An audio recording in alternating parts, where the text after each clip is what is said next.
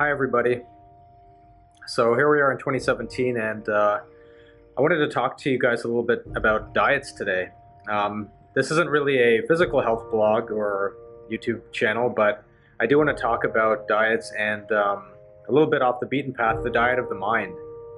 We talk so much about apple cider vinegar, blackstrap molasses, and this is good for your skin, that's good for your hair, whatever. But what we often ignore talking about is the diet of the mind. So I want to call this video not food for thought, but thought for food. Why?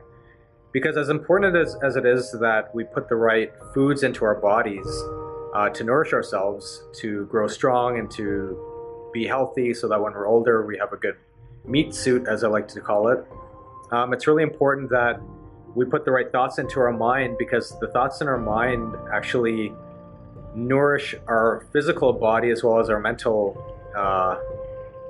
body, if you want to call it that as well. Everything starts in the mind. A great example, if you're really stressed out over something, what hurts? Is it your big toe? No, it's usually your stomach, and you get a headache because your stomach is connected with your mind, and your mind is what's processing and producing these stress hormones, or whatever hormones it's producing as a result of whatever condition you're in. So while it's super important to put the right foods into your body, it's very understated, and I want to draw attention to how important it is to put the right nourishments into your mind, because your mind can produce toxins that can end you, that can kill you, right? Somebody that's always producing the certain type of amino acids that hurt you, if you have too much of that over too long a period of time, these things are the things that manifest into long-term illnesses like cancers, all types of cancers and other illnesses, because your immune system gets knocked down. So when I talk about having a healthy diet of the mind, I'm talking about thinking positive. And I know a lot of people get sick of, oh, everybody talks about positive thinking all of the time. Yeah, well, here I'm going to talk to you a little bit about it again, but that's not even all I want to talk to you about, because there's more to just thinking positive. There's also thinking about yourself in a positive light. There's also always that thought of the glass being half full instead of half empty, so that you don't worry about things. Because thinking positive isn't just about always assuming the great things are going to happen to you. Thinking positive is also about just assuming that life is good the way it is, and that you're good enough the way you are, instead of thinking that you're less than, or putting yourself in a frame of mind where you're worrying about something. A good example, last night, I'd filed a case for somebody, one of my clients, and actually filed a few cases this week, and I was kind of starting to worry about one of the deadlines for one of my clients. And I thought to myself, well, if I look up the deadline and I find out the deadline is next Tuesday or next Monday, and I have to rush when I wake up, well, why even bother looking up what the deadline is? Because no matter what happens tonight, I'm not going to do any work on that file.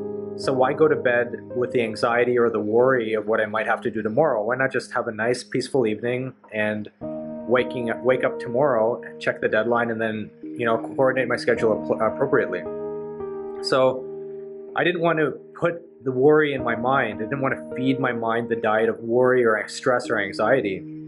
So when I talk about the diet of the mind, I'm not just relegating it to the simplicity of thinking positive, and that's very important, obviously, as well. But I want you to think about what you're thinking, because even negative thoughts, it's the equivalent of eating some juicy, greasy cheese, deep fried, Twinkie chocolate bar or a cheeseburger.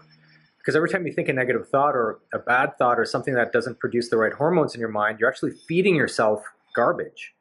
And it's this constant feeding yourself of garbage that manifests itself into your human body. And that's why, aside from the food, your mental diet is so much more important. I'm not saying the food isn't important, but I feel like it gets way too much attention, because you can have a not great diet, but if you are a very positive thinker, you're going to be very healthy. You look at some of the interviews with Centennials rather. These are the people that live to be over 100 years old. People always ask them, what's your secret? You see them all the time on TV. People always ask them the same question. What's your secret? What do you eat? One person smokes a pack of cigarettes every day for their whole lives. Another person eats a Big Mac every day. Another person eats eggs every day. Eggs aren't that bad, but the cholesterol can be in it. So you wonder, well, there's no consistency with these people. Some of them are doing things that should be toxic to their body, and yet they're living to be healthy at 100. But there is one common denominator with all of these people, and that common denominator with all of them is they say the same thing. They say that they think positively, and they always look at the bright side of life. So as you can see, even in the living proof of these Centennials, that thinking positively and having a good outlook on life and feeding your mind positive thoughts, because that's the really important diet, is what's really going to get you living longer and healthier overall.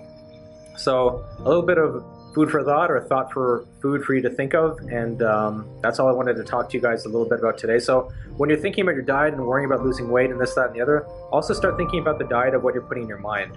For example, if you're trying to lose weight, start thinking of yourself as skinny. Start thinking of yourself as slim. Start visualizing yourself in the clothes that you want to fit in, instead of always just counting your calories. Because some people can have pretty good diets and they still tend to be overweight. So that's all I wanted to say about that today. Have a good day, and we will see you on the next video. Thanks.